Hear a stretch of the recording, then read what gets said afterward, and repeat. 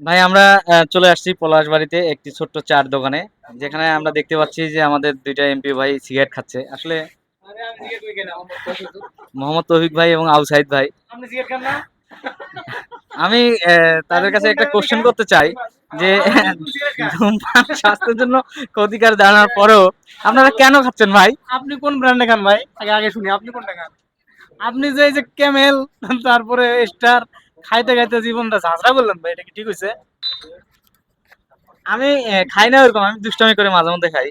কিন্তু আপনারা সুশিক্ষিত লোকজন হওয়া সত্ত্বেও ভাই কেন এই সিগারেটটা খাচ্ছেন?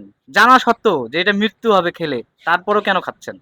আসলে সিগারেটটা আসলে খাওয়া হচ্ছে নিজের প্রয়োজনে, বন্ধুদের সাথে সংঘবদ্ধ হয়ে তাদের পাল্টায় পরে খাওয়া লাগে। অনেক সময় টেনশন, অনেক সময় টেনশন ফেস করার জন্য। আর আপনি লেদা বাচ্চা, আমার দিকে ধরেন। উনি কি লেদা বাচ্চা? ওনার বন্ধুদের জন্য উনি খায়, ফাইজলামি করেন। আচ্ছা, সঙ্গদোষ।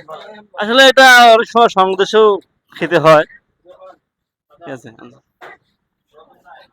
সুপ্রিয় দর্শক, আপনারা বুঝতে পারলেন আসলে কেউ সঠিক জবাব দিবে না। যারা সিগারেট খায় তারা কখনোই বলবে না যে এটা ক্ষতিকর, কারণ জানে তবুও খায়। আসলে এ- এই নেশার ঘোর থেকে হয়তো আমরা বাঁচতে পারবো না যদি আমাদের সরকারের পক্ষ থেকে যদি পদক্ষেপ না নেওয়া হয়।